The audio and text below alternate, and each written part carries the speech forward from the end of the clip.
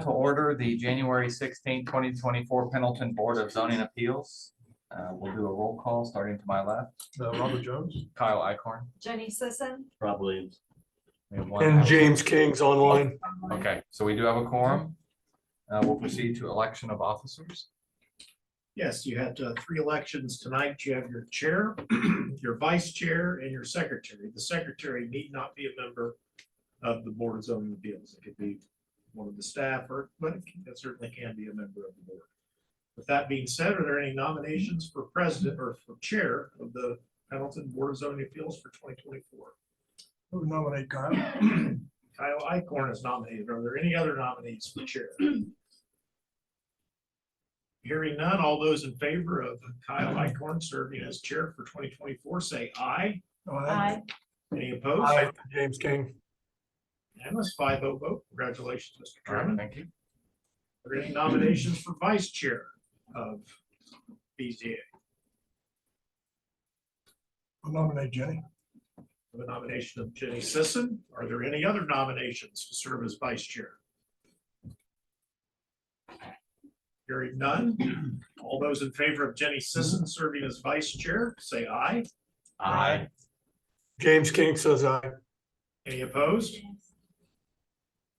Congratulations, Jenny. And the last one is for secretary of the Board of Zoning Appeals. Are there any nominations for secretary?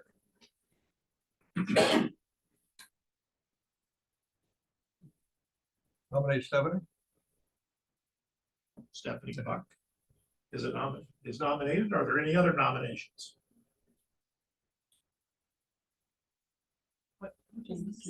Secretary just keeps minutes of the meeting. Oh, okay.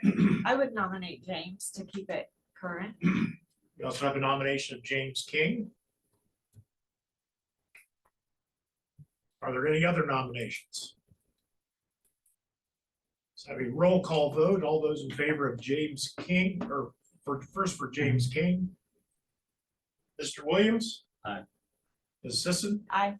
Mr. Icorn? Aye. Mr. Jones? That's a majority.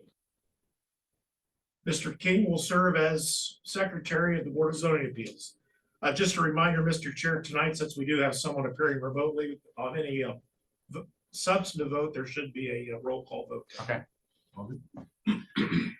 All right, we can move on to approval of minutes of the previous meeting. So those are on your drive available for review, and I will entertain a motion to approve the previous minutes. So moved. We have a second. A second. Any discussion? All right, we will do a roll call vote to approve the minutes. Wanna read those? Oh, yeah, sure. James King, Approve. Aye. Bob Jones, Aye. Kyle Icorn, Aye. Jenny Sisson, Aye. Rob Williams. Minutes approved. Old business, CU 12-19-2023-01, findings of fact, 120 Blue Spruce Drive. Good evening, Denise McKee, Assistant Planning Director for the Town of Pendleton. Last month on the 12th or the 19th of December, we had the conditional use request as presented by Austin Feeple. And that was a conditional use for duck keeping on his property. The findings of facts are in your Google Drive for your review.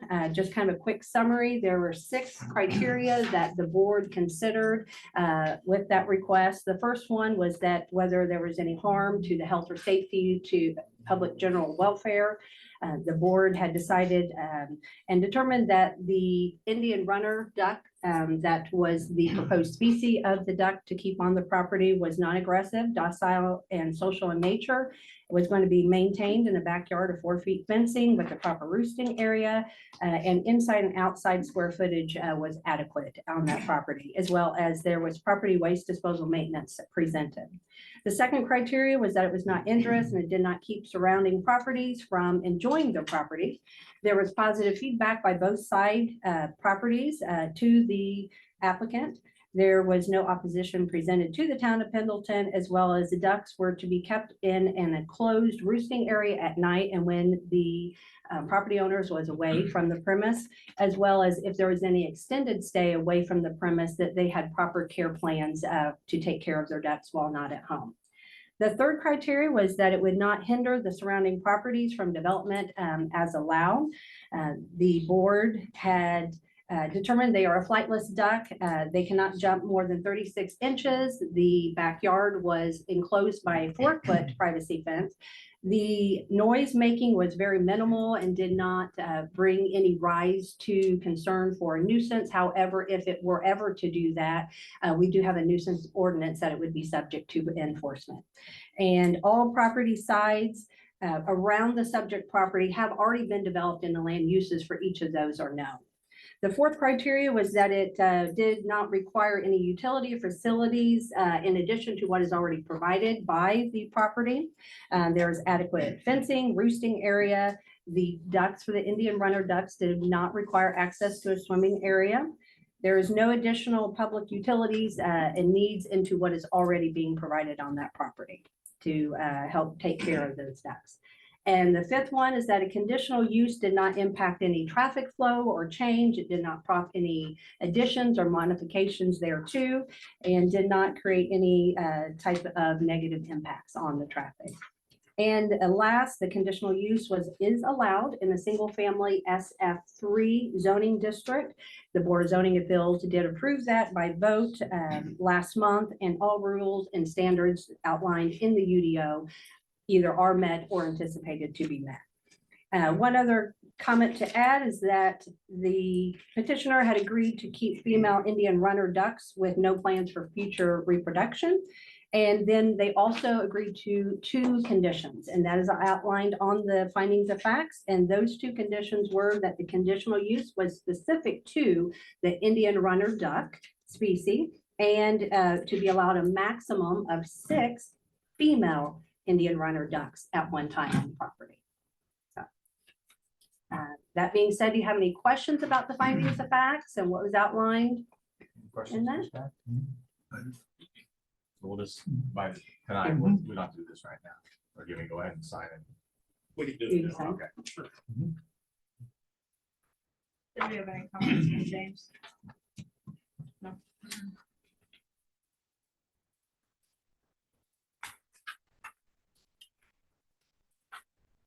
So the adoption date would be today then?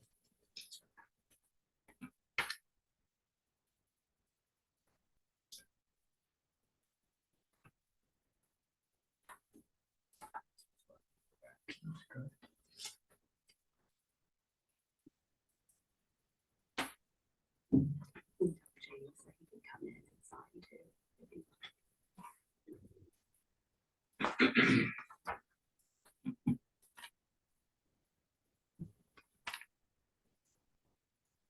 And James will come in and sign. Yeah, Stephanie's gonna let him know that he can come in and sign that. Mhm. Thank you. Thank you. All right, that's all for that item. Yeah. On to new business, we have appeal by Life Church Assembly of God Inc. located at 6501 South State Road 67. And this is a little bit of an unusual animal that, at least since I've been the town attorney, this is the first administrative appeal that this board has heard. My understanding and our staff and the petitioner will get into it much more depth. But there is a provision in our UDO by which any decision made by our planning department can be appealed through an administrative appeal. And that's simply for the reason of due process and general fairness, that a permit, a person seeking any kind of permit from the town should not be denied by just one single person for their opinion, or one single department. They should have an opportunity to appeal that. And guess who gets the lucky job of that? You 5 folks. And then, depending on the outcome of this decision today, the petitioner would have the opportunity, or theoretically, I suppose the town would have the opportunity to take this to circuit court here in Madison County and seek judicial review. So there is definitely a procedure that can be gone through to even appeal your decision. But what it is today, it involves a denial of a driveway permit. The application was denied by planning staff. A timely appeal was filed by the landowner, and that's what you're here today to decide, whether to uphold the planning department's denial of the driveway permit, to overturn her decision, which would be effectively ordering her to grant the permit, or to, in effect, modify her denial in some way that would be between the two. You have all those options. You can hear evidence here today. You can make the decision yet tonight. Requires a majority vote. At least 3 of you will have to vote for the same result. And if you cannot come to a result, or you want to gather additional information, that you're certainly within your right to continue this to your next meeting.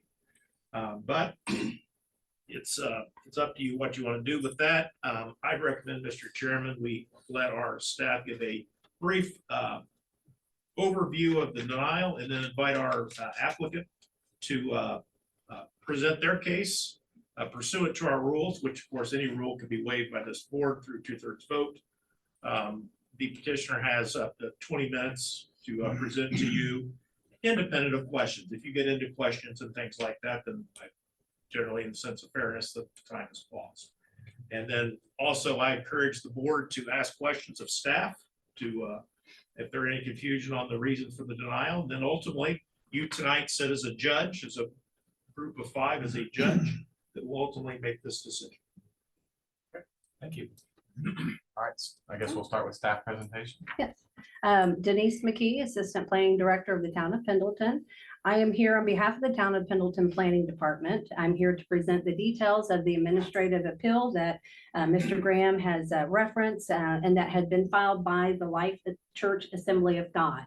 The application was submitted by Zachariah Yoder, and we want to thank you very much for coming tonight, and his congregation coming tonight as well. That being said, we want to kind of share some of the current use and site details of the property, give you some information, and then we'll get into the analysis part of that.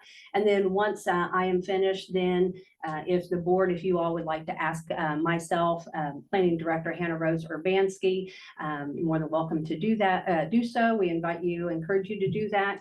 And then we'll also then turn it over to the Life Church Assembly of God and give them an opportunity to present whatever information they'd like to share with you tonight. The subject property, as you can see here, is outlined here in the presentation on the right side of the screen there. The location is 6501 South State Road 67. It's identified by the black dashed outline there.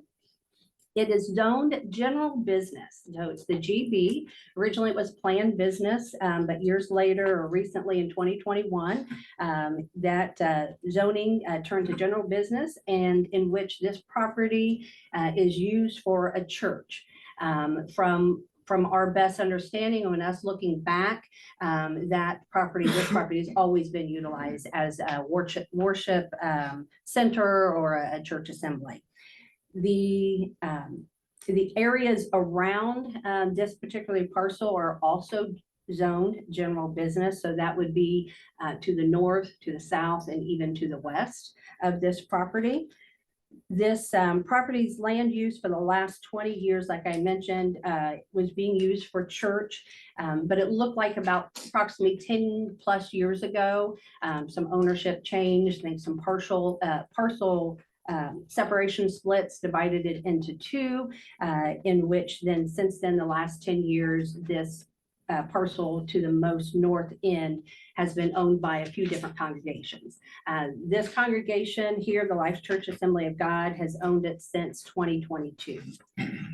The original addition to, like I said, the parcel there was considered an addition to the church in to the west, and that is now owned by the Solid Rock Church there.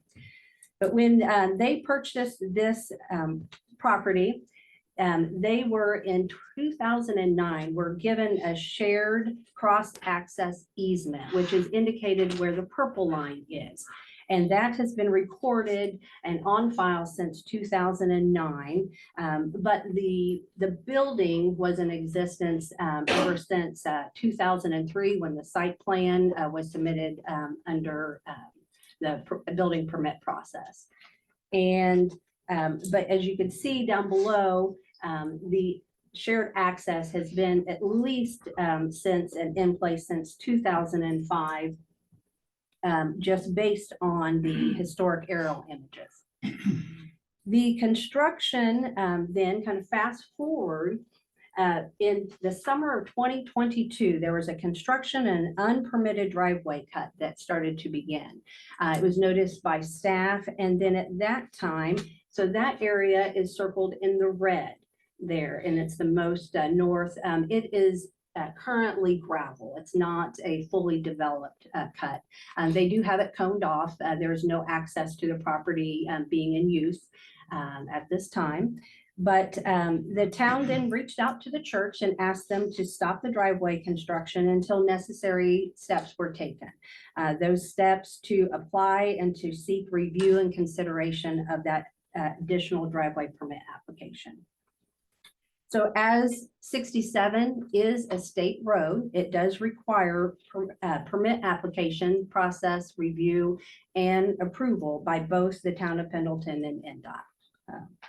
Just a quick timeline, the driveway permit application was filed on the 15th of November of 2023. The response by the planning department, planning director was given and issued on the 1st of December, in which the denial of that driveway permit application was given. And then there was the appeal. The formal appeal was filed on the 4th of December of 2023, and it was set for January's agenda because the deadline for a December Board of Zoning Appeals had already passed. So here we are today. The petitioner had applied then for a 24-foot wide driveway cut, a full motion commercial driveway permit directly to their property from State Road 67. Which State Road 67, we want to point out, is classified as a primary arterial road for the town of Pendleton through our planning document, the Pendleton Thoroughfare Plan. It is also identified as a principal arterial through NDOT. That's how they have this roadway classified. The driveway cut that they are seeking is located where the initial cut was made, like I indicated a few moments ago, in that red area. Part of this permit application included an agreement for Edward Jones, it's to the property to the south, to close their northern driveway, which is circled in the blue, and to vacate that cross access easement between those two adjoining parcels there. The staff has analyzed and adopted the plans and ordinances relevant to this permit application. Based on our findings and our interpretation of those documents, the driveway permit was denied based on the following non-compliances with our Unified Development Ordinance, that's the UDO, and the AMCO is the Access Management Ordinance, Access Management Control Ordinance. Those two documents were both adopted by the Plan Commission and ultimately the Town Council in 2021. The UDO is two documents compiled together, consist of our zoning ordinance and our developmental standards. And then the Access Management Control Ordinance, it establishes minimal regulations for access to a property from the road right of way. Both of these documents are to assist the town in implementation of our comprehensive plan as well as our thoroughfare plan. The Access Management Control Ordinance, which really outlines a lot of the details of access to properties, its purpose and intent is to implement the comprehensive plan and the thoroughfare plan, but also to promote safe and convenient travel within the town of Pendleton, to minimize the hazardous traffic conditions, to reduce the number of driveway cuts, as well as to encourage shared access, to name a few. There's a few others that are outlined in that manual. But for the UDO, we have 2 points of reference that we would like to bring to your attention in support of the decision that was made by the planning department. The first of the UDO is non-residential lots are permitted one access point on the lowest possible road designation. That is found in Chapter 3 of the UDO. The cross-access easement that is existing and in place on this property is considered the lowest designation, and the additional driveway, if were to be permitted, would be 2 access points to that property. The second is that to prevent and reduce the number of cuts on an arterial roadway, tracks shall be assessed via collector or local roads or access easement when possible. That again is in chapter 3 of the UDO. The cross-access easement on the site fulfills the adequate access to the site without an additional driveway cut. Then we move to the access management control ordinance, and what was found there in analyzing the petition compared to that planning document. We have 3 points we'd like to also bring to the board's attention. First, minimum spacing between access points. It's based upon the speed that is posted on the parcel frontage roadway. That minimum spacing between those access points as proposed, and that would be between not the blue circled cut, but then the one just right south of that is not circled. If it was permitted, it is right at 302 feet distance between the center line of the proposed driveway cut and then the most southern access on the Edward Jones part. But we do want to bring to your attention that if by chance that's most northern in the blue, that driveway cut was not abandoned or eliminated, it would not meet the standard. It would be about 215 feet.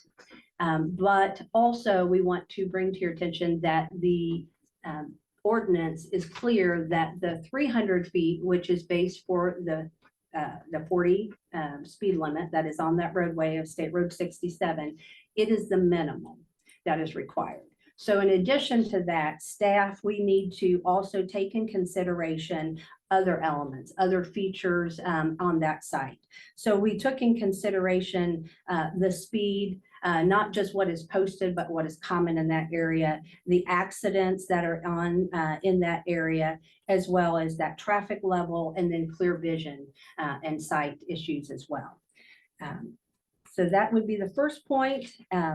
The second basis is that we are to maintain the functional classification hierarchy that goes from primary to collector to local to then cross-shared access.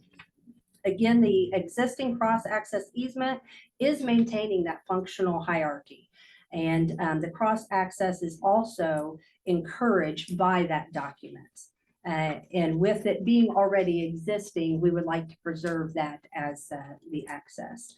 So should there be any means available that a property has access other than a direct access through a shared or a service road that would create an increase in safety, that takes priority for the planning department. And last, a traffic impact study can be performed to determine if a second access is warranted. That is also outlined on section 1.4 of the access management control. There was not a traffic study. If it had been performed, we have not received one. So one has not been received by the planning department to justify any change of circumstance or any reason supporting why an additional access would be needed. And also we wanted to point out that NDOT has identified State Road 67 as a high-class corridor and is currently working on safety projects just south of this area and are looking at continuing some of those modifications going farther south as well as farther north, which would be right in where this property sits. The US 36 State Road 67 project is occurring just south, like I mentioned, including medians and driveway closures. And in doing so, they're looking at eliminating some of those cuts that are not necessary. And then also too, we just want to mention that the applicant did not exercise the 36-7-4 900 series through the Indiana statute, which is seeking a variance from the developmental standards, which would then have been presented to this board. So that is the staff analysis. Do you have any questions for myself or Hannah Rose Urbanski, the planning director? You mentioned Denise LeMay on, NDOT was looking at, where the 36 project on that to the south of this location. But you also touched on that they're also looking at, reviewing north of that, which would include this area as well. Yes. Or have they given any feedback on what their, you know, the driveway cuts, that's something they look at, but are they giving you any comments, any discussions that would impact this particular location? I mean, it's more so just they have ideas of moving that US 36 project north if it works as a catalyst project. But their kind of end goal is to continue that median north, but it's very far out as far as any sort of PE or construction goes. We've had our letting date moved quite a few times on the US 36 project. It just got moved again. Does it go to Huntsville Road No, it goes or to, like Dollar General? How far up? I Right think up it to goes right to water. water. And so they're gonna put a median at Water. Mm. So they would potentially consider that further north. Yes, Yes. actually, because they are aware of the issues 67 has with traffic and wrecks. And as those properties develop to the north, we've got several pieces of ag property just north of this parcel as well that will probably be developed here in the next 5 to 10 years. that we anticipate. As well as the Candlewood Drive extension Yeah. that was just put into our thoroughfare plan. It's a parcel that the South Madison Foundation owned for years and years. It's sold to the park and its only purpose is to build that roadway extension. How That's far, all it can how be. far north of that? It's one parcel north. Like, do you know a footage from this proposed red circle up to Candlewood? How far that is? Now, Next, do you know? off the top of Yeah, your head? I would say, I'd say Flag. 150 feet, Oh, maybe it's pretty deep close. is what, yeah, probably, because there's another general business parcel right north of this that is currently up for sale. And do you know where the speed limit changes to 55? How far north that is? I think it's out there by Wooded. So it's considerably Bridge. north of this area. Yeah, it's north of this area. Yes, correct. Mhm. Is there any discussion on the Candlewood project, which I realize is down the road here a little bit, Mhm. but on marrying that with this particular driveway cut It issue? it certainly could. That could definitely be an alternate route once it is built, because we are looking at having a north-south connection from Fall Creek Drive that will come up and connect to Candlewood. So there could easily be a secondary access off of that, being a local road, a private drive, another cross-access easement. And likely what we would do is when that parcel to the north develops, we would require something like that. Just moving forward, as long as the parcels around them are willing to participate in that. Are they looking at widening that road anymore when they do upgrades? On 67, Yes. I don't know enough about, they haven't released anything officially, but if they're putting in a median or that's the That's why I'm consensus, asking. yeah, they'll probably widen it a little. And I'm just, because there's a lot of properties built pretty close to Yeah, the road. large thoroughfare. Mhm. Yeah. And currently, there are 5 entities that are sharing those access points. There's 3 units in that front building to the most far east, and then there's that church in the rear, and then also then the Life Church there to the north. Do you have a Yes. copy of that? Ethan? It's in your Okay. G drive. It is. okay. Everything's in your G drive. One question. So you said they began a construction of that red circle drive in 2022. Correct. So at the Yes. time of construction, did they have permission from anybody to do that? Not that I'm aware of. Can I Yeah, answer that? It's the town's presentation at this time. Okay. They can certainly address that. Okay. And Stayward 67 is not limited access. No. That's the only question. Have any comments from adjoining properties or back to the rear, to the west, of that location? As far as too much traffic coming through the one location? No, I've never had any communications like that. So if there's nothing else for us, we'll go ahead and turn it over to. Yeah. the Any other petitioner and questions their- for Chad? You said that the distance from the proposed cut to the north cut was 210, was that the? For, It's 302. To the So- existing, to the one that was gonna be closed. Oh, Yes, it's 219. Yeah, 219 between. Any other staff questions? I guess we'll move on to the petitioner's presentation. Yes. All right, thank you.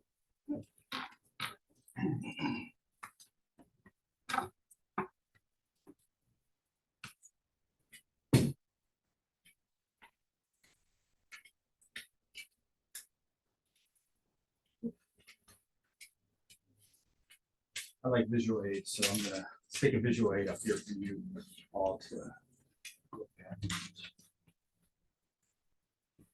And if you wouldn't mind keeping that up there, that would be helpful as well. Sure. Yeah, sure.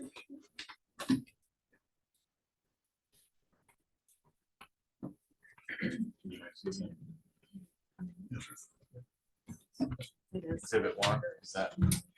So I did present all of you with a packet of our exhibits. I will be referencing some of them as we go through this. Exhibit 1 is the same as what's up here. Set my timer here.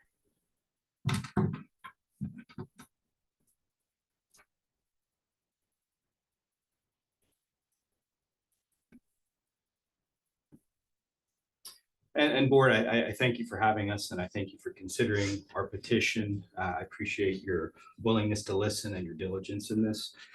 On this matter, we're simply asking you to use your use your common sense. The proposed driveway denied by the planning staff is beneficial to Life Church and its parishioners.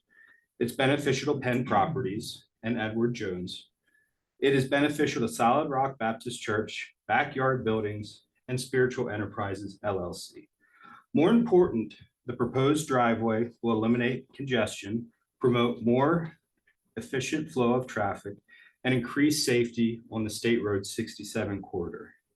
And I like to get a little participation, so I'm just going to ask a quick question here.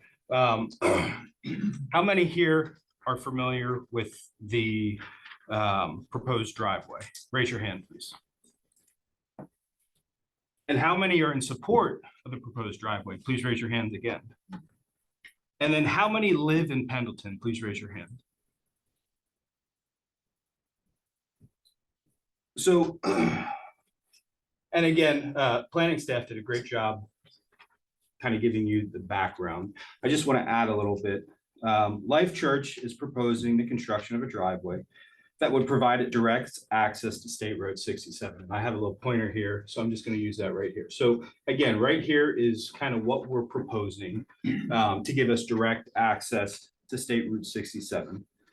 Further, if we are granted direct access, then we would, what we would do is we close down right here, okay? So we would close that off and relinquish our access easement. The driveway project has already received approval from INDOT. So there was a question whether there was any approval. INDOT did give approval, and I believe Exhibit 5 in your packet of exhibits is the INDOT application. So that was approved back in February of 2022. Now we're going to have to get it reapproved because the years we've had a year go by, but we have been given INDOT approval already, and that's kind of a large part of our case. The specifics of the project were included in our application packet and are also included in your packets in front of you today. Exhibit 6 and 7 provide some drawings for what the project would look like, and that was also included in that INDOT application permit. To my knowledge, the actual technical aspects of the proposed driveway have not been either analyzed or denied by the planning staff. So practically speaking, Life's Church proposal in our mind is better than what currently exists. So currently, if you take a look up on the map, there are 4 curb cuts, okay? There's one here, there's one here, there's one down here, and then there's one over here. And that's all these curb cuts are within 200 feet of each other, okay? What we would propose doing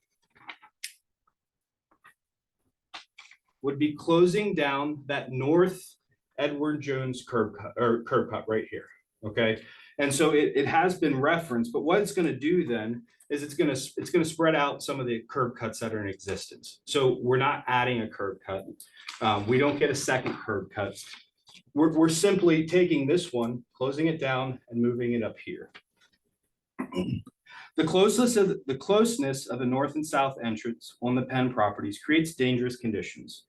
When people are entering or exiting Solid Rock Church and Life Church, on Sundays in particular, there is added congestion. Additionally, the north and south drives are utilized by the parishioners. So even though we have a easement here, I mean, you can look and you can see, look where the wear is, okay? So it's not like this one is not being used by Life Church. And the reality is this north entrance is the easiest one to get in and out of. The Penn Properties, who owns that property there, right here, has not objected to Life Church using that north entrance. And in fact, that's the one that is mostly used by Life Church.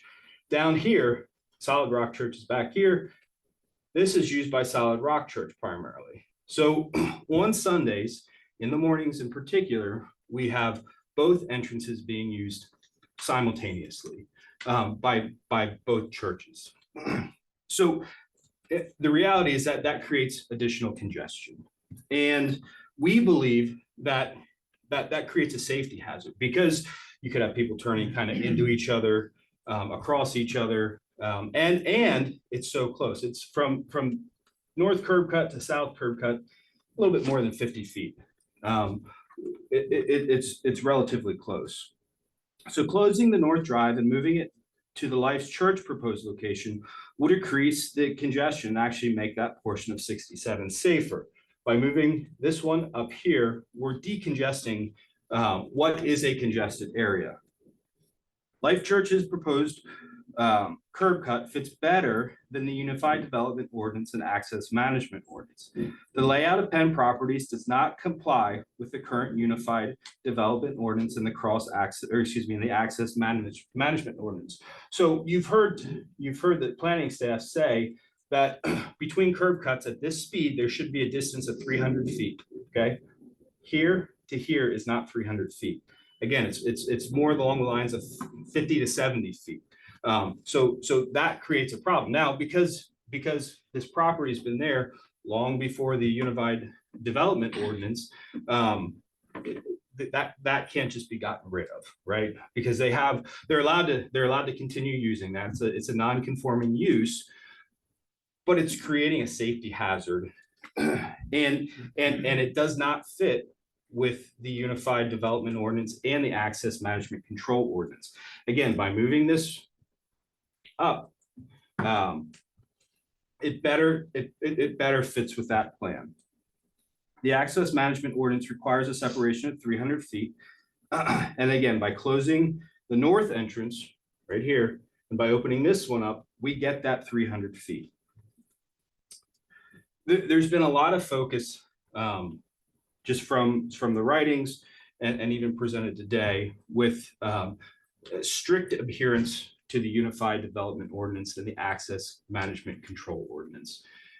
And there was testimony earlier that the utmost priority is safety. So if the utmost priority is safety, then we want to maximize that safety. And I think by doing that, I think the best way to maximize that safety is by separating that out and by putting 300 feet in between the entrances that are actually being used.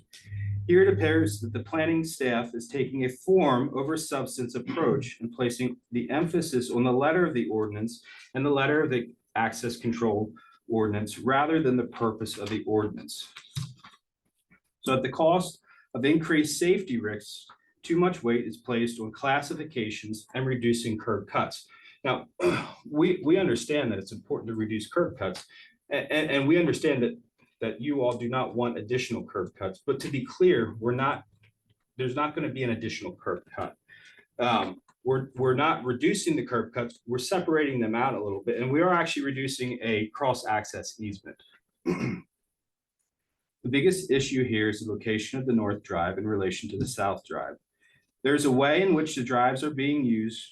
The way in which the drives are being used is objectively more dangerous than what Life Church is proposing. Denying Life Church proposal does not promote health, safety, and the well-being of the Pendleton and their residents.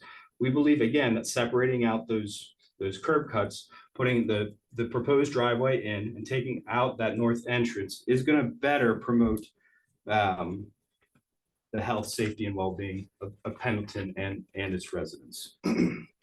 So I did just want to take a couple moments and address some of the arguments that were made by the planning staff. So the first argument was that that no access point shall connect a public street or a road without first receiving approval of the location and cross section specification from where the town or street or INDOT. I'm sorry, before I do that, I do want to turn your attention to the access management control ordinance. And there's a very important provision in that. It is section 1.4B1. Section 1.4B1. And this provides for access point approval.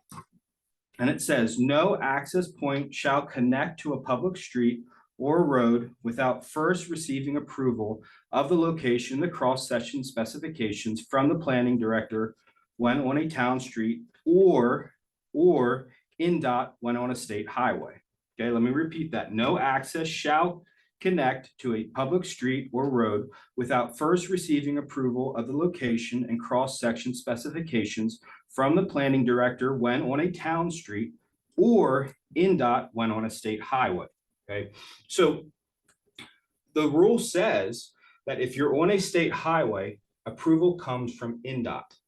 If you're on a town street, approval comes from the planning director. So you may have some questions as to why did this get started without approval from the planning staff? And the answer to that is the access management control ordinance, which states that it supersedes the unified development ordinance if there's a conflict. Says that INDOT provides the approval. So Life Church went and got approval and got a permit from INDOT and began construction. Life Church believed that they were doing what they were supposed to do because they got approval from INDOT. Section 1.4B1 just states just the same.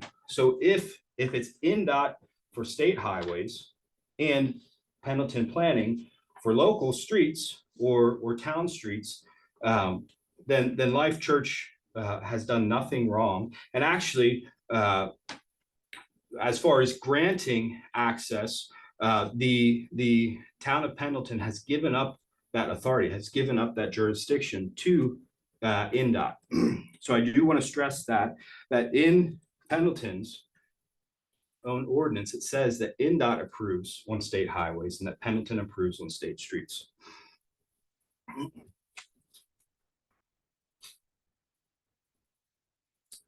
I'd also like you to turn your attention to 1.4F2 in the Access Management Code. 1.4F2. One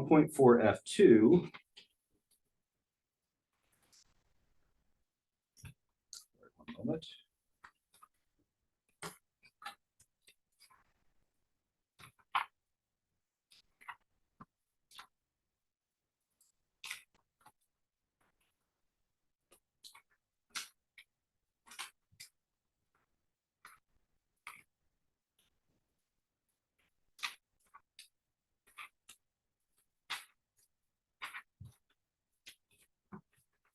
States that shared driveways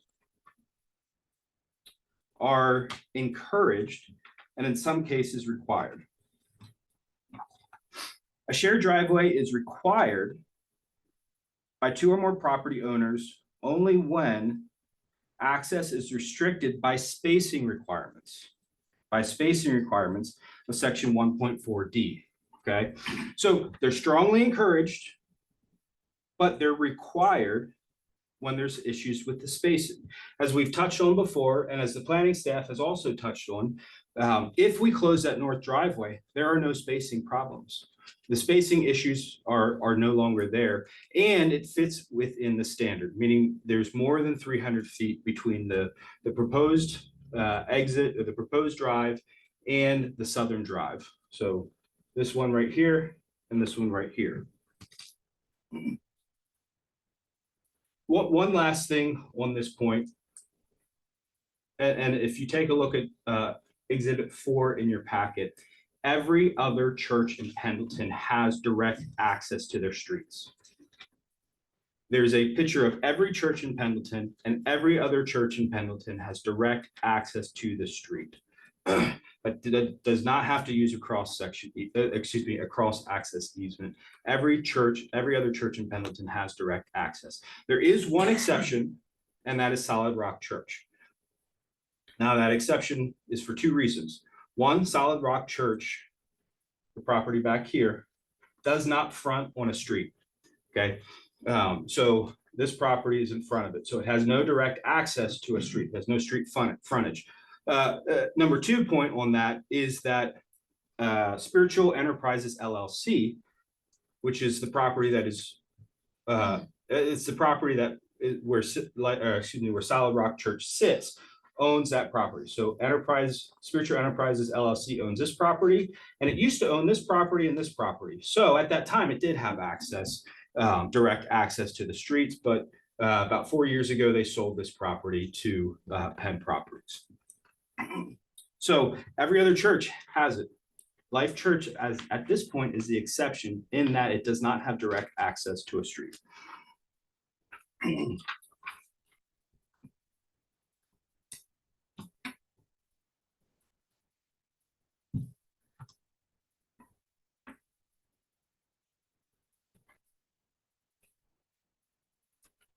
So as I said before, Life Church isn't asking for a second drive. They're not asking for a second curb cut. And in fact, the goal is to reduce this cut right here, this cross access easement, and to cover this up, okay? So again, we're not increasing curb cuts. We're shifting one from a place that's more congested and potentially more dangerous to a place that's less congested and safer.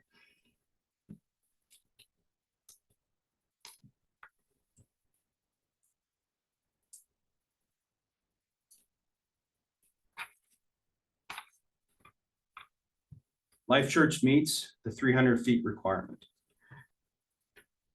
The access management control ordinance does have some objectives. Some of the objectives are to promote the safe and convenient travel, to maximize disruptive and potentially hazardous traffic conflicts, to separate traffic conflict areas, to provide safe spacing standards between driveways, and to coordinate access decisions with the Indiana Department of Transportation.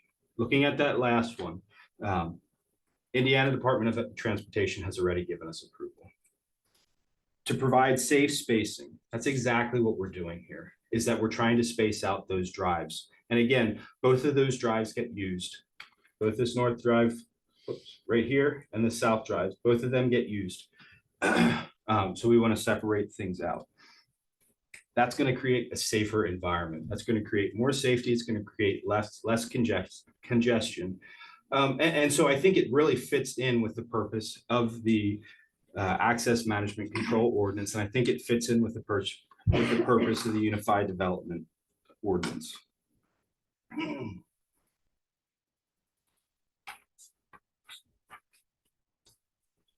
Finally, with respect to the traffic study, I do not believe in this situation is required. I do not believe it meets the amount of trips necessary to require a traffic study. So that was the reason that none was done. What we're looking at here is a drive that's going to be used on Sunday mornings. It's not going to be used at the hectic rush hours. It's not going to be used on a Monday at 8 o'clock. It's not going to be used on a Friday at 5 o'clock. We're talking about Sunday mornings, and we're talking about two congregations that start church and end church at roughly the same time.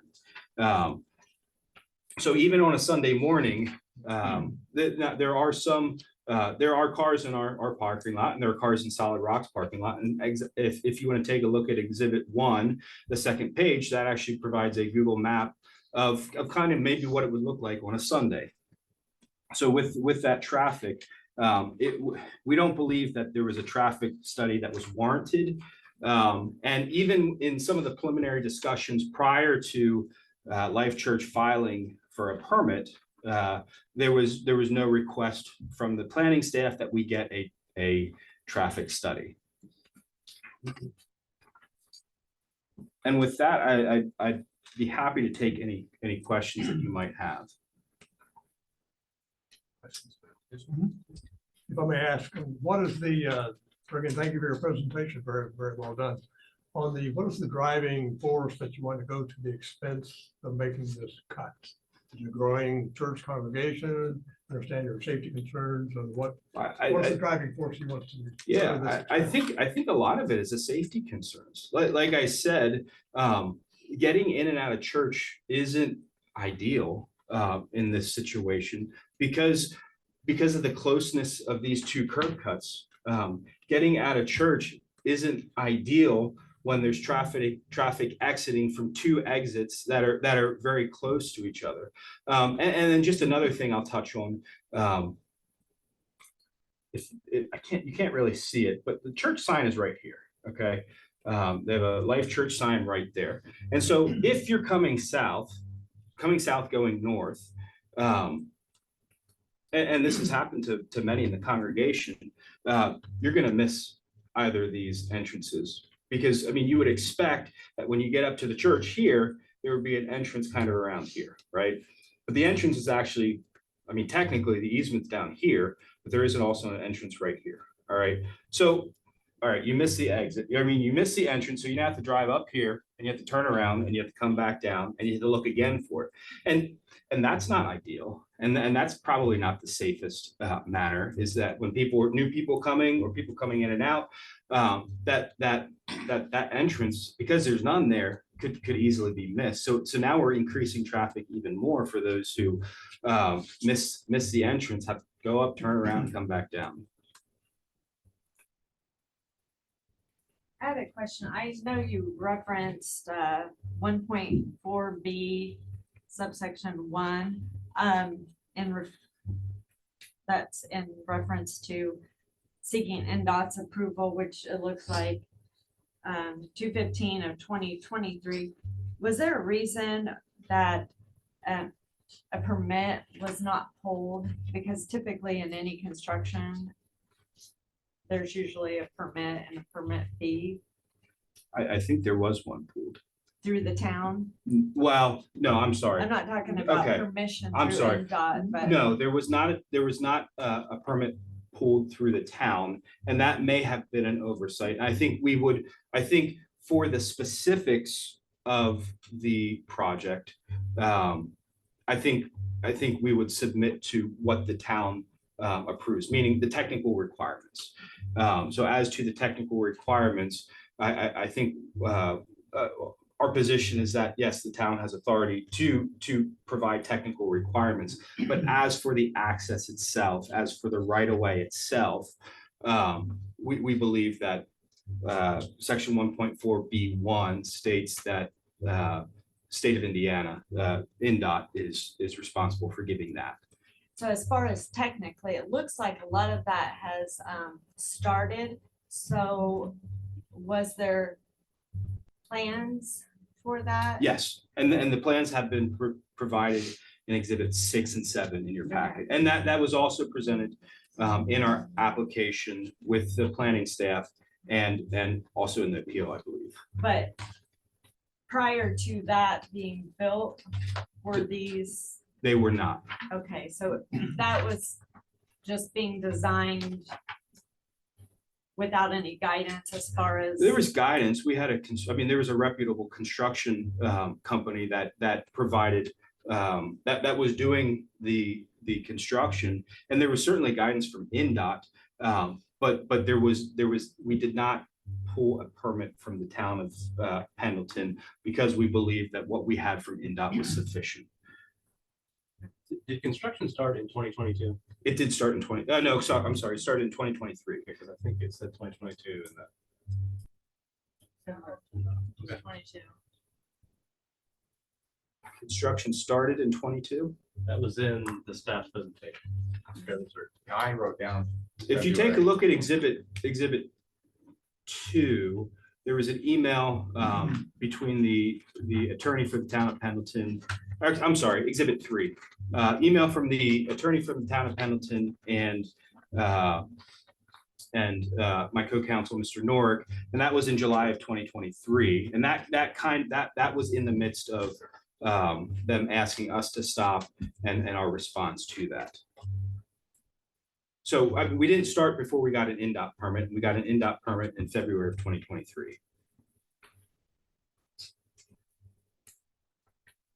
If I may ask Jeff a question on your discussion referencing approval from NDOT, we rejected you're saying that the state supersedes the local community. Any comments on that discussion? Well, one of the things is the NDOT requirements do require all local authority to be part of the procedure as well. And conversations with NDOT, they've been, well, that was an oversight on us, they didn't have the permit. Now, I'm not making any comments on the points that Zach brought up, but I know that has been brought up with, and we've had discussions with NDOT. I mean, this has been, we've been working some with them. I mean, not obviously to a satisfactory conclusion here tonight. But Hannah and her staff did reach out to NDOT. I was on that call, and that was discussed. I don't know if that will be an issue when these guys ultimately reapply with NDOT, because it's like Zach just mentioned, after a year, if you haven't gotten it done, you have to reapply. But there is a requirement in the NDOT process that in order to get an NDOT, you must also show you have all the permits you need from the local. So in the UDO, it says new driveways have to be approved by the town. Because that statement in the access management is an or statement. But what does it say in the UDO about, or where would somebody know if they want to build a driveway that they have to get a permit? Is that stated somewhere, like the requirement? Well, I mean, Because if you read the ordinance, the access ordinance, it's kind of confusing, like who's in charge. I mean, I guess the NDOT stipulations, they can't override local authority. right. So I think if someone were to call about it, and we would see where it's located, we would then say you have to go through both bodies. Okay. But if that's language we need to clean up and the access management ordinance, we can certainly do that. But their process, as far as what we have spoken about with them, and like their flow charts are clear that if there's localities that their roads go through.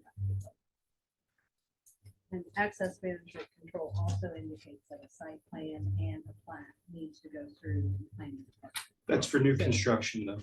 Yes, and But so we're not originally new- when that petition was filed, the site plan was submitted in 2003. It did not have that access, that cut off of 60. And that was what was approved with them having that shared access. So, and that the document does state that that does have to be submitted. So this would be like an amendment to the original development plan. I mean, adding to some driveways. Correct. Yes, yes.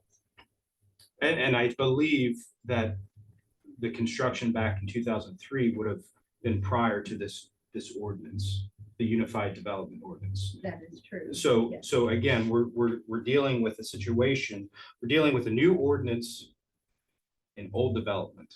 And so it's not going to be as pretty and as nice as new construction under the new ordinance.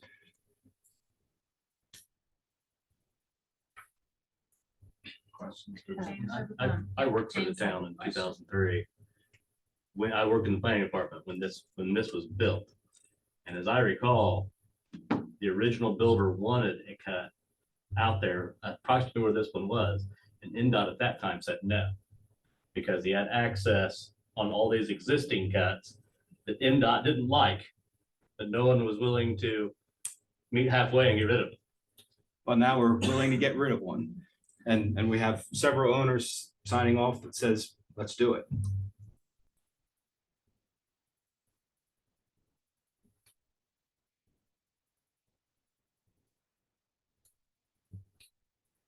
Questions for the petitioner? James, did you have a question? If Yeah, you- I raised my hand earlier, but it got answered by discussion since then, so I don't right now, no. I have been given information that the church has more than doubled in the last year. So it's not a problem that's gonna get necessarily better. And certainly what we're proposing is a lot bigger and a lot wider than what is existing now.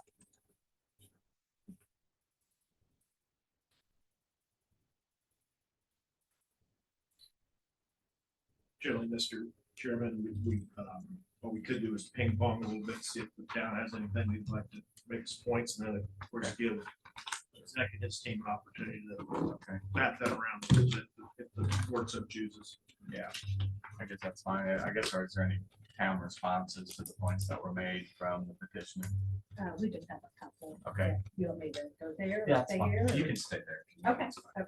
okay. Just wanted to, to first clarify that we do not believe that the applicant was malicious or tried to skirt around any required processes with not seeking the approval from the town of Pendleton. It's just the understanding that the NDOT was the source of permission. So, we wanted to clarify that. Also wanted to clarify that the direct access for all other churches, we are not in any way trying to prevent this church to enjoy that access to their property and prevent them from doing so, but allowing that to other properties. The other properties are already have been established, and if there was a modification being sought today, we would still have to, and staff be subject to review and analysis, from our standards that have been approved by the town. So just wanted to clarify that as well. And then also the applicant pointed out, and just kind of a question here, he indicated that the access there that's circled in blue to the north that is being proposed to be eliminated was commented that that is actually the safest access being deemed by the congregation. Is there a reason why you would feel that you would want to eliminate the safest? I don't know or- if I said it was the safest, I want to clarify. I don't know if it's the safest. I said it's the most convenient for them coming in and coming out. And just based on what you can see, you can see a direct path of how it's been worn directly to that church and to that property. So I don't know if it's the safest, but when you have two drives that are right beside each other, like what we have here, it's certainly not safe. Okay. And then I'd also encourage the board to potentially look at future development or zoning.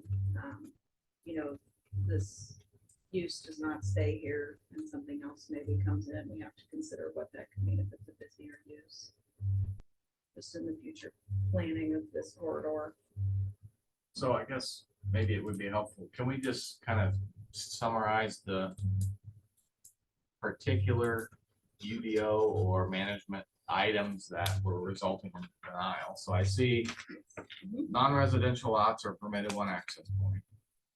To prevent or reduce the number of cuts, minimum spacing, functional hierarchy. So it's those 4 items generally. And then it's cut off Traffic with the study. Traffic studies on it. So, I mean, the minimum spacing, it meets it. I know there could be, extenuating circumstances where maybe 300 isn't enough, but it seems to meet that bullet point. And then to prevent or reduce the number of cuts, it's the same number of cuts. But I don't know, if there's any discussion about that. So it just seems like maybe the one access point on the lowest possible road. So the access easement, I guess, is the lowest possible road designation. And then this functional hierarchy. I guess I need to pull that up? Does that just say that you need to connect to how's that worded? What's that mean? It says that local roads should not be connected to arterials or local access points. So you don't skip ahead in hierarchy? Okay, And if you have a means to access the property, that would create a more safe flow. In this particular, we looked at it across access, providing that more safe environment on that little classification. Because it was already existing. and then there was a mention about they did not go through a variance process, so what would that look like? That would have been permission to have the secondary driveway cut or secondary point of access. Granted, is a variance to the property versus going through the appeal. Correct. But I don't think the fact that we haven't gone through with that excludes us from doing so. No, I was just curious, I mean, so it's kind of addressing these similar items, but it would be asking for relief from these Correct, yeah, particular. from the development standard. Sure, Correct, yes. okay, Mr. Chairman, I have a question. yeah, sure. The issue with 300 feet versus 302 versus 350 versus 215, 300 being the minimum. Mhm. What concerns do you have and how are they alleviated as it goes from 300 over 310, 350? At what point would you ever deny another permit that meets the 300 but is close to 350? Can you explain what you normally go through on your thought process on assuming a place meets? Can you just go through that a little bit? I mean, you have to look at all of the exterior factors, and in this case, the heavy traffic, the safety issues that NDOT has already started to alleviate with the US 36 project. Can you detail those a little more? So they are doing a project just south of this area, around the apex of State Street, 67, 36, and 38. That will include adding XL decel lanes, adding driving lanes, but also including a median through the middle of the road for most of that. So from Water Street down to basically Engle Road. And they're also closing some driveways with that. Would it be fair to say that the town's position on granting driveway permits this time is affected by that future project, that you're looking at it with a little closer eye? I'm looking at it as if that's the trend that's happening within DOT, and that fits within our access management ordinance as well, that's what we should be doing everywhere else. I think too, we look at this as similar to like a commercial subdivision. So if you have a commercial subdivision that has maybe 1 or 2 access points, in this particular case, just over the years was allowed to have 3 access points. With our new standards and what we've learned in the last 20, 30 years, we've learned that those need to be minimized as best as possible. So the fact that, yes, there are 3 existing doesn't mean that keeping 3 would be the most ideal if a new design or new layout would be presented to the board. So yes, it is keeping, if they do go through with eliminating that 1 access, it would keep to the 3, but yet we're looking at it as not, feel that it's in the best interest of the town to continue extending that non-conformity. So, that modification would continue that legal non-conforming use, that if we have the means to prevent it, we would on a new development. Does that make? And in response to that, that's certainly, that's fair to not want to encourage continued non-conforming use. But I think this situation is a little bit different. Again, those 2 access, the north and south drive, they're both going to stay there if our permit's not approved by this board. And so you're not eliminating the problem. I believe our plan at least alleviates the problem a little bit and provides a wider gap between drives that are actually in use. That north drive is in use. That south drive is in use. So is it better to have a more dangerous situation or a less dangerous situation and both be non-conforming, I would choose the less dangerous situation if I were making the decision. Like you mentioned, there's a potential judicial review. Mhm. So what sorts of, I mean, are they gonna get into like 302 meets the requirement? I mean, what, are they gonna compare? I mean, it wouldn't meet, technically, they could potentially need a variance still, I guess. So, like, I guess if we were to order the planning department to issue the permit, it would still not comply with the, so would they Unless still need a there's variance? for a variance. Judicial review is generally, and judicial review of administrative decisions is pretty rare. But generally. It's like a bench trial, it's just a judge, it's a bench trial. It's a guy or a gal in a black robe in Anderson or wherever. But generally, in a judicial review case, deference is given to what the Board of Zoning Appeals ultimately decides. Unless you've abused your discretion or there's just nothing to base your decision on, the court will 9 times out of 10 uphold it. Unless, that's To the extent that the law is not, the court still interprets the law, so you as the board don't get deference when looking at this ordinance and saying yay or nay. You get deference as to what the facts are and how you interpret those facts.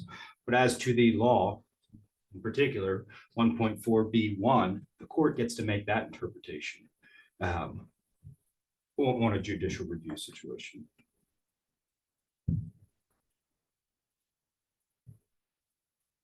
And just one more point, I apologize. There is a case, it's called Muncie versus Pizza Hut.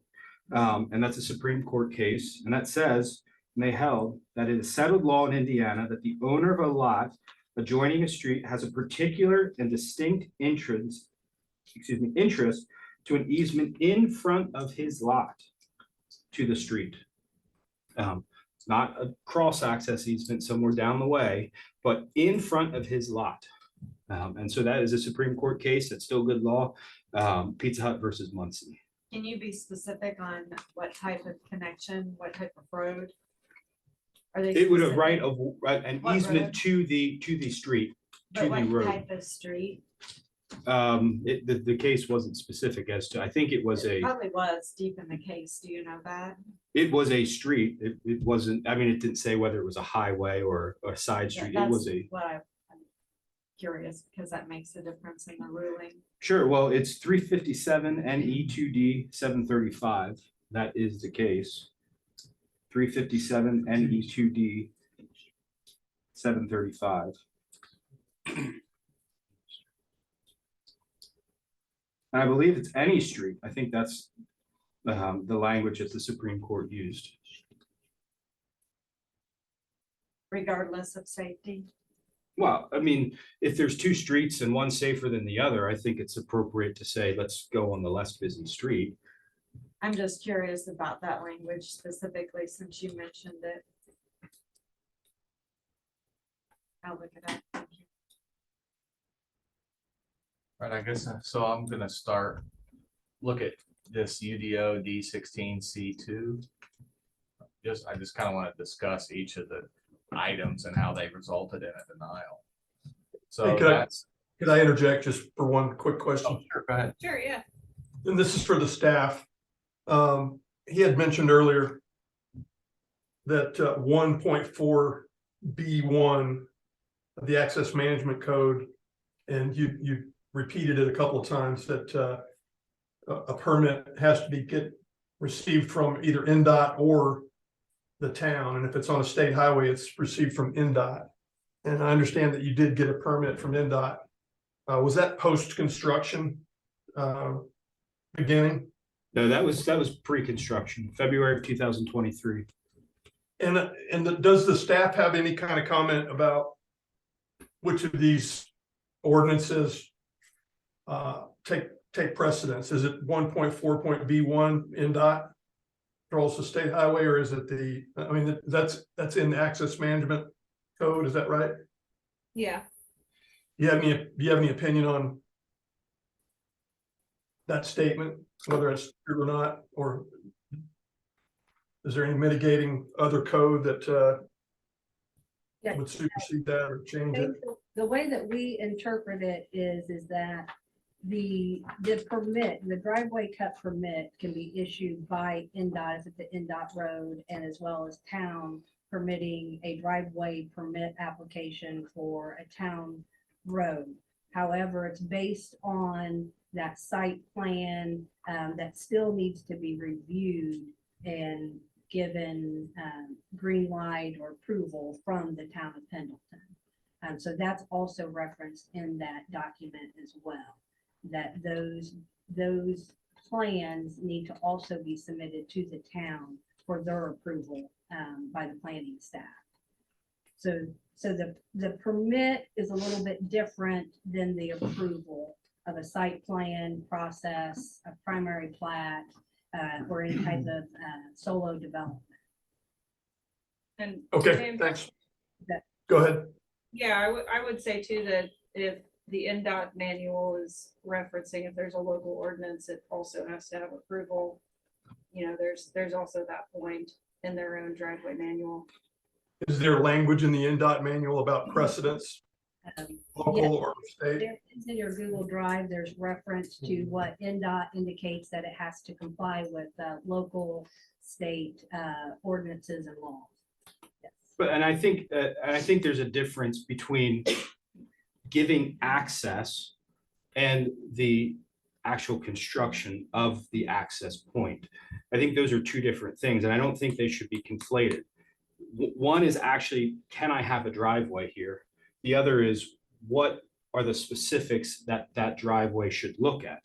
And again, we're saying that according to the statute passed by the town of Pendleton, its own statute, its own ordinance, that NDOT provides the approval for the access point, and that the town of Pendleton provides the approval of the specifics of what that access point would look like. So here, we're asking for the access point to be approved. And if there are specifics of what that access point looks like, we would be happy to comply with them.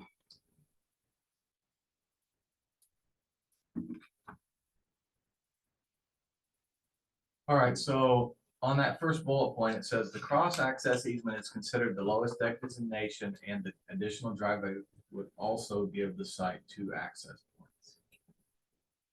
And it says non-residential lots are permitted 1 access point on the lowest possible road designation. But the UDO says all non-residential lots shall be permitted 1 access point from a public road if approved by the town. And access to arterial streets from any lot platted after this ordinance are prohibited, so that doesn't apply. Any lot that was established prior to the ordinance and for which access cannot be provided in compliance shall obtain access from the frontage with the lowest thoroughfare classification. And So we it's would- only got 1 frontage. right, but we would consider that the cross access would be the lowest access point. On the service road. Sure. Yeah. And that's how we interpret it. But it only has to obtain from the lowest classification if it cannot provide access in compliance with the ordinance. Right, so encouraging that cross access, it's already compliant.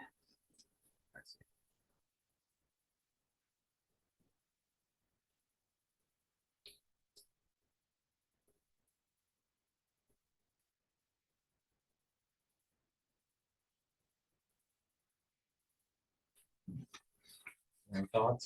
Well, I have thoughts on the case that was cited, because when something's cited in front of us, we have to do our due diligence. What I'm reading, this was in 1976, that ruling. Am I correct? Correct, 1976. Do you know if there has been anything in more recent history since? No, there town? hasn't. That case has been cited on several occasions. And how does, because they base that on Indiana statute that was current then. Do you have any relevance as far as Indiana statute with planning as far as current? Well, I with don't- How a case like that It, would fit into today? I don't think, I mean, I think it's almost a constitutional issue. I don't think it's a statute issue.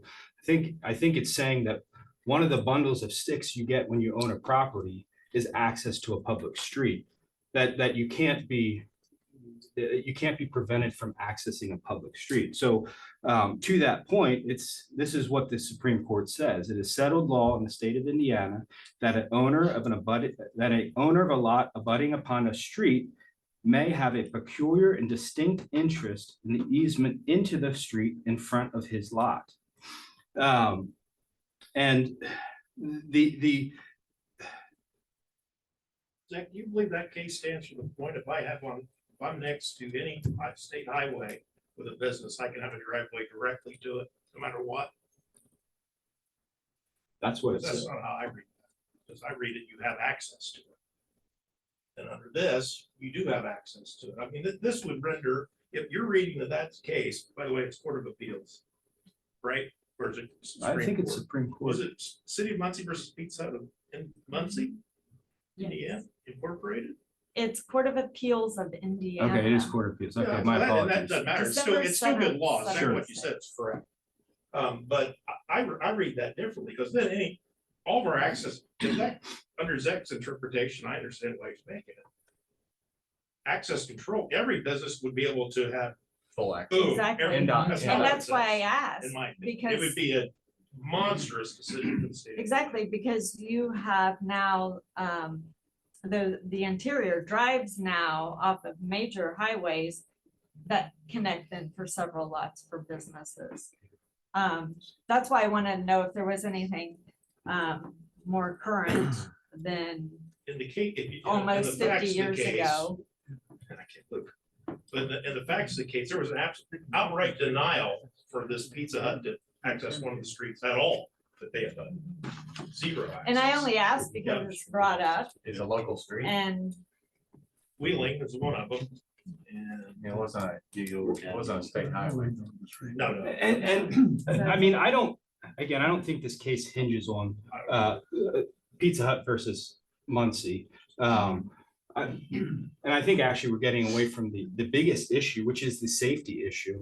That's kind of what we've been saying from the beginning.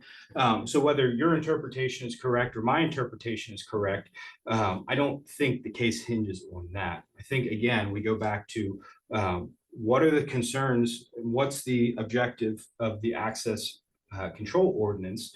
And safety seems to be a paramount concern. And it is our position that the way things are set up now, there are more safety concerns than what would be if we had our proposed drive. Because it spreads everything out and because it actually comes into better compliance with the access management control ordinance than what it is currently. Well, so I was reading through D18A and it says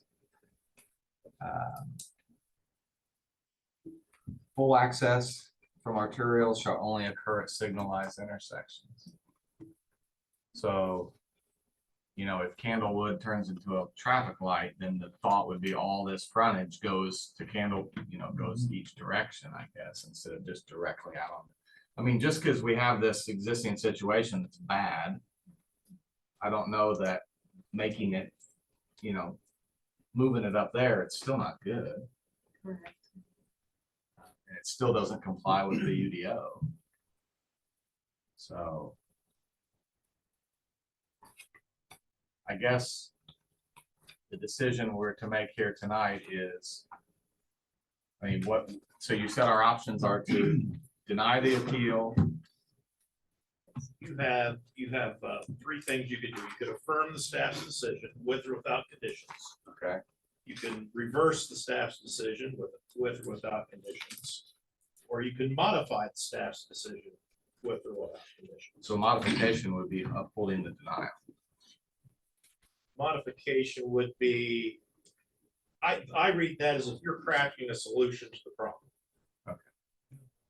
Because your overarching view is, did she follow the UDO?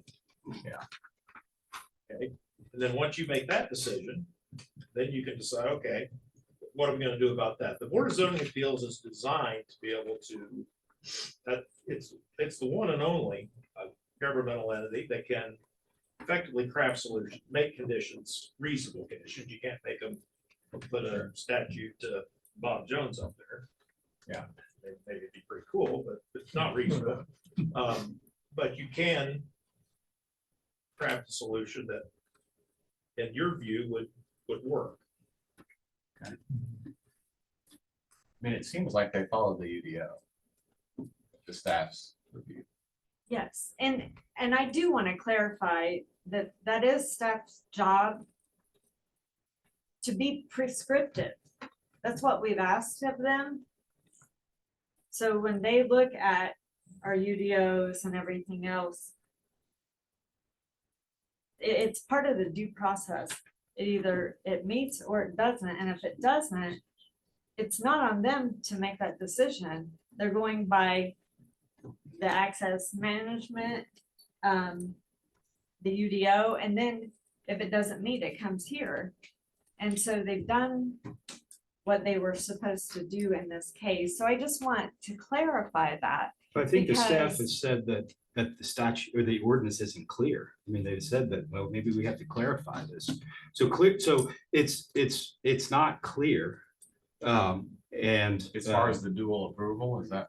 yeah, certainly that's one issue. And that's why we have these processes in Sure. place. So I just wanted to make that clear, just some things were said in the beginning and staff job's hard enough the way it is. That is why we take our time to have all these plans in place, our UDOs in place, really scrub through a 350-page document and try to plan to make things safe, to make things better.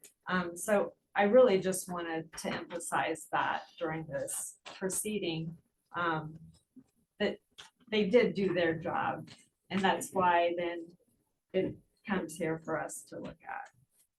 I have a couple questions. Sure, yeah. When one of these NDOT driver permits gets applied for this within the town, does NDOT contact? No, but we're working on getting a better line of communication.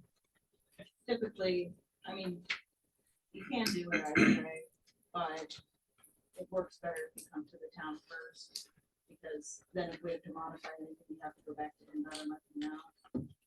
Or in this case, it was something we ended up not being able to permit per code. But we try to, if we have someone come to us, reach out and say, hey, you'll have someone coming to you for this, and then we make that part of our approval process. A question for the petitioner. Do you have any reason to believe that NDOT will not reissue this permit? None at all. And it is for a full access. I mean, I don't see that explicit on the permit. It's not like a write in, write out. It's full access. It would be for what was provided, the drawings. Yeah. So one more question for staff. Does staff have thoughts on the necessity, if we would approve this as they have asked, is there a necessity to eliminate that cross-access easement? So if the driveway cut is permitted to abandon the cross access? Yeah. So, yeah, because it would be more than one access point. But we could allow, to stay open for like, emergency services in some regard. I know the fire chief only needs 10 feet of asphalt to get to property. That can be utilized in some way, shape, or form. I feel like in general, from a planning perspective, you'd like to see cross-access spectrums. Because it just promotes less turning actions out on the street, out onto the main street. This one is really thorny because of all of these grandfathered existing street cuts that everyone's been blessed with for years. And they're extremely difficult to ever get rid of. In fact, as I recall, when that was built, they also, the same builder was intending to build houses across the street on the east side of 67. And he also was not given a street cut there. They were going to make him use Candlewood or cross the street, whatever. Market. Yeah. So it's interesting to see how far NDOT swings, you know, how far that pendulum swings. They said no and no in 2003. Mhm. And now they say yes. So it's curious. I mean, I'm curious as to what that I would process say is like. especially so with the projects we have going on just south of that. And there was another project that proposed 2 driveways and we got closed one of them. So they were redeveloping the lot. So I'd say probably in about 2021, there was a request for NDOT for, he said, residential on the east side of the road. Yeah. There for Rector properties and they were not permitted as well. That's right, because they wanted to come and Mhm. rezone that Yeah. property. Mhm.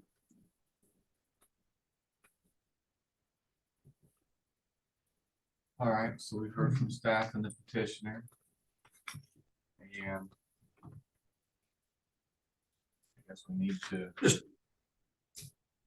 I got a quick clarification question. If this is granted and that north cut is closed off as agreed with Edward Jones and the other people involved, and that south cut is still open, that driveway, it looks like it's covered by trees in the picture I'm looking at. But does that driveway go back to the Rock Church and the other businesses back there? Yes. Yeah, we would relinquish any easement that we have to it and fill in that cross-access easement to the extent that the town or the board would like us to.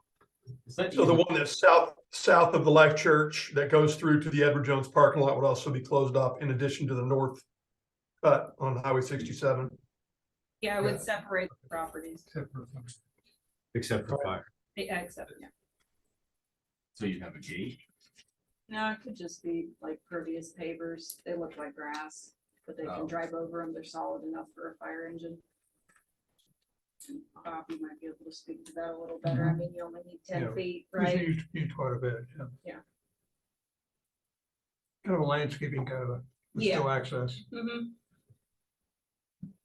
That's something we've talked about with the Irvon's property, with getting back to the south part of the subdivision. Hannah, do you know on the Candlewood, again, if they, I know we don't know when that would occur, but Mhm. probably not too far down the road. But if and when that is built, these cuts that are here, would that change that as far as trying to minimize some of the, if we override your decision and we go to request, would that make that, would that alter that in some way? Could you have access to Candlewood? Well, Trying to you can reduce always the- make that a condition is if one Candlewood is ever built, that would have to be Right. closed and connected. Anything that develops to the north of that will only have cuts off of Candlewood. Okay, And then, like I had mentioned earlier, the lot to the north could be broken up into a few parcels. It could be developed as one large parcel. It just depends on what the owner wants to do. But if it's separate parcels, we would basically make them have cross access in some way. And then the neighbors to the south, if they were willing to, do that, we could have access that way too. And I mean, there could be a road, there could be a private drive, it's kind of up to the development, but we would likely have something through there. We're also looking at having a connection from Candlewood Drive area down to Falls Park Drive. That kind of cuts along the side of the ball fields. Because there's a lot of issues with access through there. There's 2 businesses in there. So that runs right to the west of this. There could be an access point there Mhm. off that north-south even, or both. it looks like it's 440 feet from Candlewood to this proposed drive. Is it, okay. 437, I think it's pretty small. So I mean, I guess you could have a condition that if Candlewood extension is completed and the property to the north of this is developed and provides frontage access, they could be required to close this and connect to that frontage. And you're getting quickly, that we're almost analyzing this as a variance request. And I know that I've been hinted at a couple times tonight, that option's still on the table. Yeah, I just feel like we're looking at a master plan that probably will come to fruition. Yes. In the interim, this does look better, but in the grand scheme of things, it's probably not the best.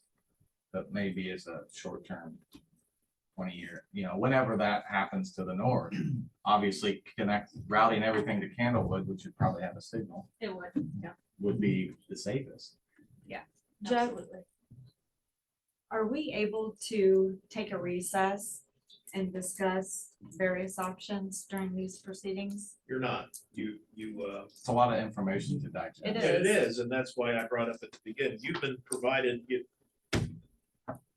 Zach's firm is like this, and they're very prepared. I mean this very well, now hold on, give me a chance. They're very well prepared, they've done an excellent, they give you a lot of information. Sure. I'll guarantee you this, and I think, Zach, correct if I'm wrong, if you provided this much evidence to a judge who does this for a living, they wouldn't rule from the bench. Yeah. So now what you can't do is more than two of you cannot talk about this case or talk to other people about it. If we put this out to a later date and you could come back before your next regular meeting or the next meeting and at that point you could request more information from Zach's team, more information from the town when you thought about it, but you are not allowed under Indiana open door to go back there and talk about it. Mostly. So also though, any decision you make, can they have them come back for a variance? Say the denial is upheld and then they come back for a variance to get it from the development standards. Mhm.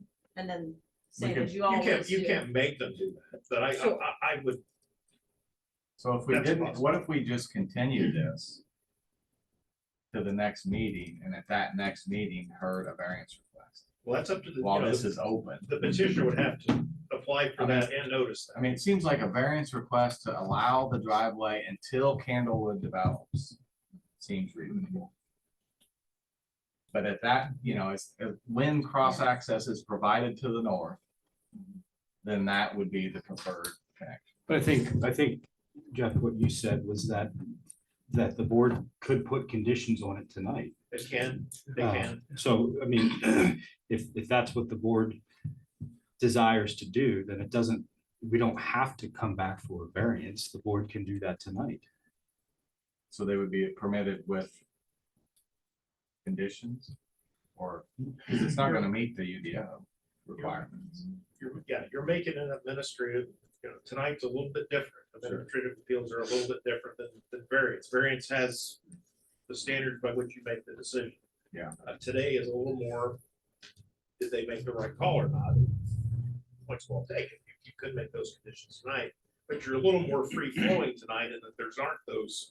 Yeah. Or findings that in fact, you just made on your ducks. Yeah. 6 ducks, not 7. Female, Female. no flying, and specific breed. Significantly bigger meeting. Noted. I mean, I guess if NDOT permitted this, they think it's safe. Is that safe to assume? They wouldn't. I mean, if they think it's gonna be It's a requirement. hazardous, then they wouldn't have permitted it. I mean, I don't wanna consider something that's gonna cause danger to the public.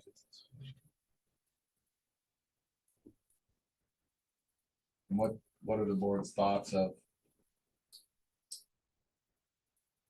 what kind of what we talked about, allowing it until Candlewood develops while also removing the blue entrance and limiting the cross access to emergency? I mean, I agree, staff Yeah. made the right call because it Yes. doesn't meet the UDO, so I Correct. think this is the place to discuss it. Yes.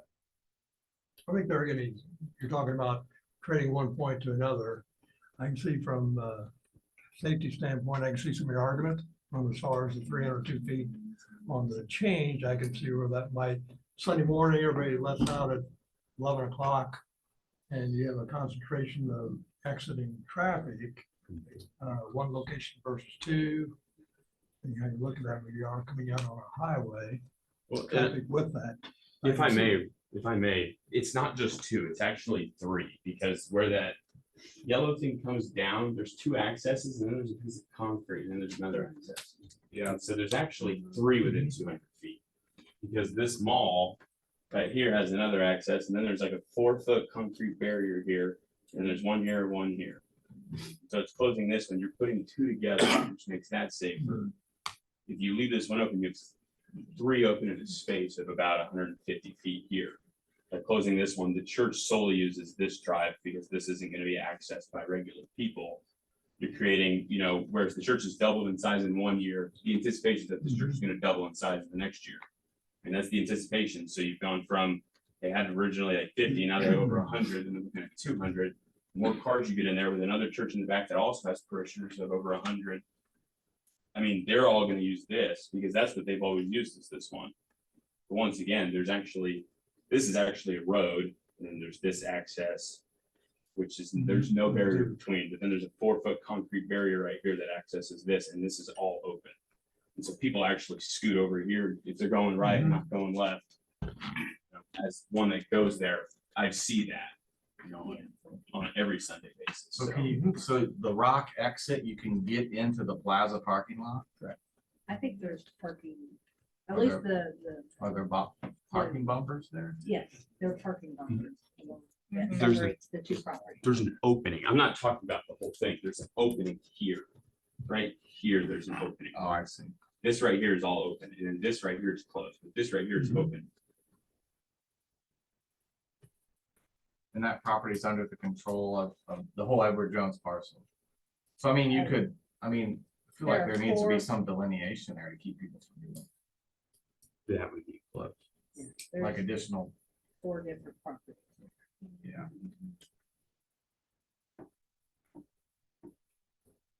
Whatever can get us to the eventual safety and that meets the UDO regarding if the Candlewood extension eventually, so we can get that written now and clean this up sound in stages. Yeah. Because the way the parcels were done, the way all the access points were done, just shouldn't have been done that way. Hence So we just, UDOs. we need some steps to get it, Move it in that direction. that's right. So you said that if the property to the north develops, they Yes. will have to They use will. access to Candlewood out to If 67. it exists at that time. If it does not exist at that time, because it is a separate parcel, they will then need a direct access to 67. They will not have any shared access. So that would then create, when you're moving that access to the north, you gotta know that there potentially could be a new cut to the property that is currently up for sale. But it would have If to they be, can't, but if Candlewood's not developed yet, at that point, we can't force them to connect to Candlewood until that's developed. Yeah. but if this entrance was built, then they would have to be 300 foot. That's correct. And then we're gonna have that second cut that's gonna be right on top of that, once that develops. So then we'd have to then have a condition that they vacate theirs and then have an internal. We have some similar issues along State Street, like, just east of where the new Starbucks is, where those lots are general business. There's, some of them are houses. I'm sure some of them Oh, are. yeah. But when those develop, they will get a cut onto State Street, even though it's a primary arterial, until the road that's to the south is built. Now, they'll probably build their own little portion of it, but it's gonna Sure. be to nothing until it's developed to the west east. So this is all one property right now? Mhm. So if it develops, the town couldn't provide a Well, little stub there to, we I would mean, probably make them.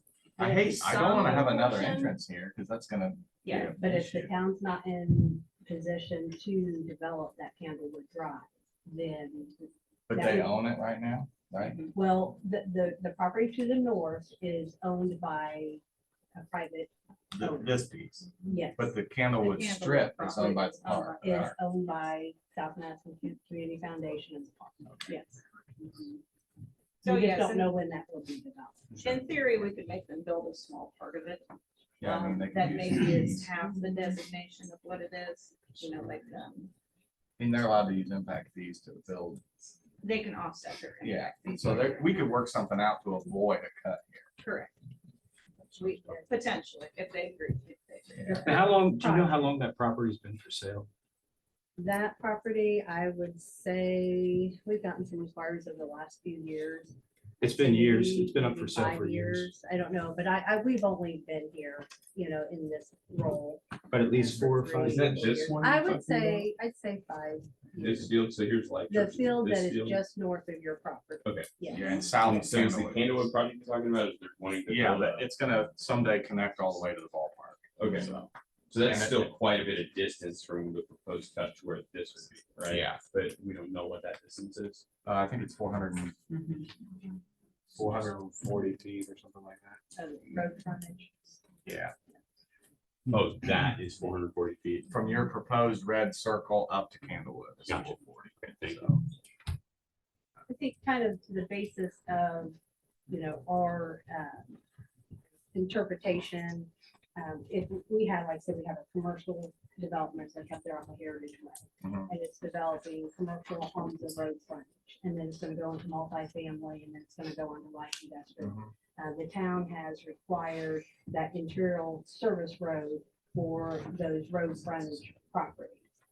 If they were to have access to that supporting roadway and then want to have a direct access, and in doing so, they agreed to abandon their access to the supporting road, it would be going against what our ultimate goal is to have more connections into a small road classification road. So that's kind of in a way of creating your own hardship to then receive a variance. So that's kind of what, you know, how we were looking at it, you know, in giving up the one to get then the additional in the placement where they wanted, when we're trying to eliminate as many cuts going forward. We can't go backwards. We can't require them to remove it, you know, for the ones that are existing. So,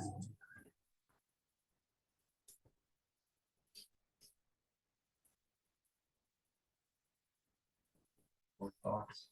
I mean, would staff be supportive of, and I guess the petitioner, you know, if we decided this evening that the blue entrance was gonna close, the cross access was to be limited, and the red point was to be permitted until cross connection functionality is available to the north.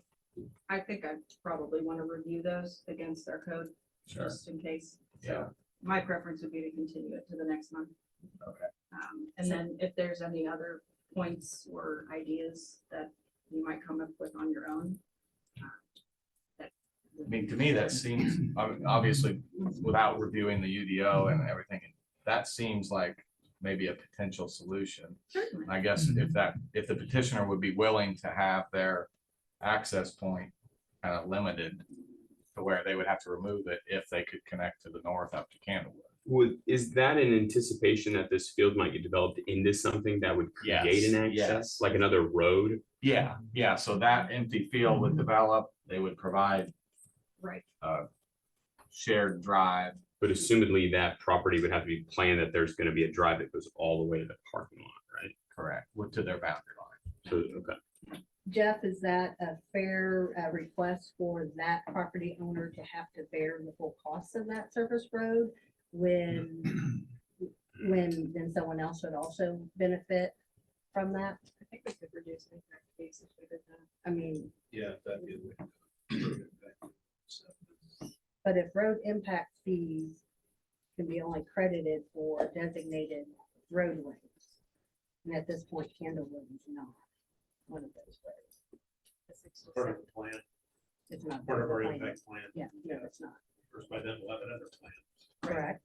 Maybe that- Or currently expires. about 3 years. 3, Yeah, we're is that many? 2 years already, Yeah. 2 to 5. I just, is that something that the board can make as a condition that, so if they do sell their property, but then they've got to bear the expense of implementing and installing that roadway to give you that alternate access, wouldn't you abandon then, the one, if it were to be Yeah. given there in the red, is that something that? I mean, it would be safer than it would be safer than what we currently have, certainly. Just a thought, I didn't know. No, it's a good point, but there are a lot Things to of weigh.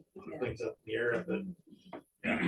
What, Zach or Devin, what's your client's thought on something like that? Just, and if you don't know, Yeah, I mean, I it's not can't, something we discuss. yeah, we'd have to discuss that. Sure. Yeah. Because I don't think the town would have any appetite to try to do something that, with all these conditions, you say, oh, we're still suing the town. Sure. So you want something that would work. Sure, yeah, I can't give you that. Well, I understand. I understand. I just don't want to throw away the vision of Candlewood for this entrance. I mean, it works fine for now, but in the long-term grand scheme.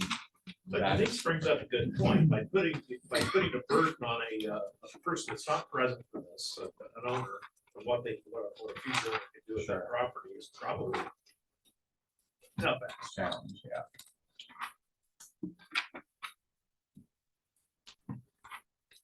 I will, if that's something you I want me mean, to look do into. we think we should continue that to explore that? But I can certainly see the continuance on kind of review that, and we want to be in compliance with UDO. Certainly understand the request. I can see the vision of what you're talking about there on the movement of the driveway. Can of Woods, that probably will come to bear fruit here at some point in time, but we don't know when. Other factors involved as to when that would undoubtedly occur.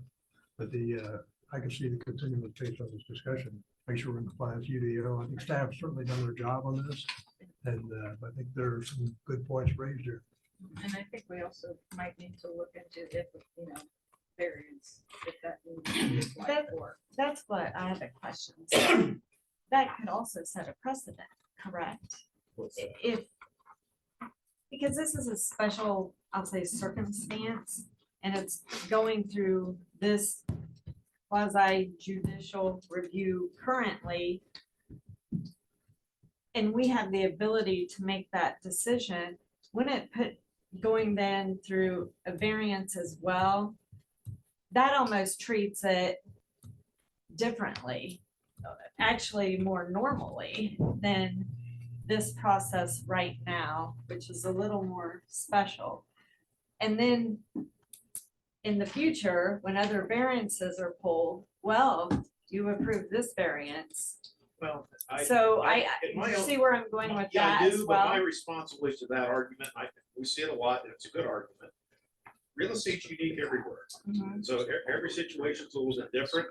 There's not exactly this. I always think with real estate, there's room for governing boards to distinguish between what these gentlemen and their clients are asking for and what would be a future case. I So just don't want to start a new precedent by going that route when we have. Yes, this process is already occurring. So again, I'm just trying to think. I'm not, every- I'm not that concerned.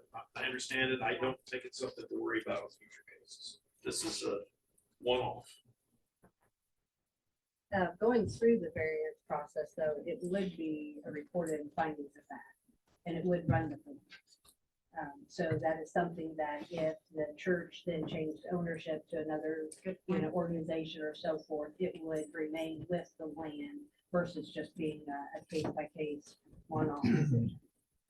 I believe, is that correct? Good point.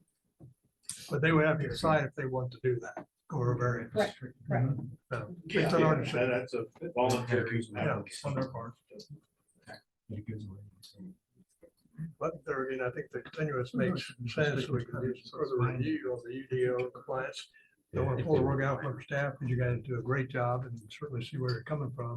But I think there are some strong arguments here presented tonight that are very well presented, and we need to have some further discussion on, make sure we're in compliance. We want to get it right.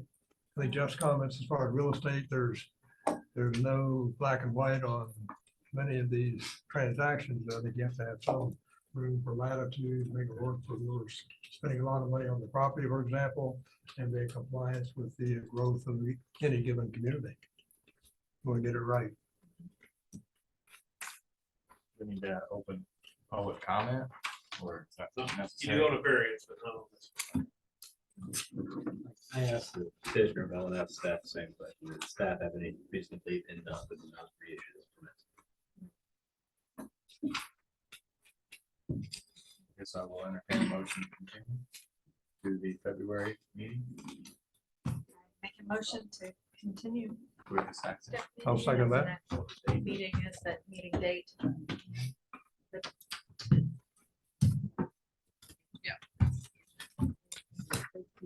This is February 7th. February 7th. It would be the 20th. BZA. The 20th, the 20th. Yes, Very good. 20 to 7. So the motion is to I think you're looking at continue to the planning February 20th BZA meeting. So moved. Okay, motion is second. I guess, Roll call. yeah, we'll do a roll call. Okay, James King, Aye. Bob Jones, Aye. Kyle Eichhorn, Yes. Jenny Sisson. Aye. Rob Williams. All right, so in the meantime, we'll do some homework on all the information presented and reconvene. And we'll look into that potential Candlewood. And you'll work with the petitioner on Certainly, acceptance to any absolutely. alternative solution. Absolutely. Okay. And we don't have any other new business.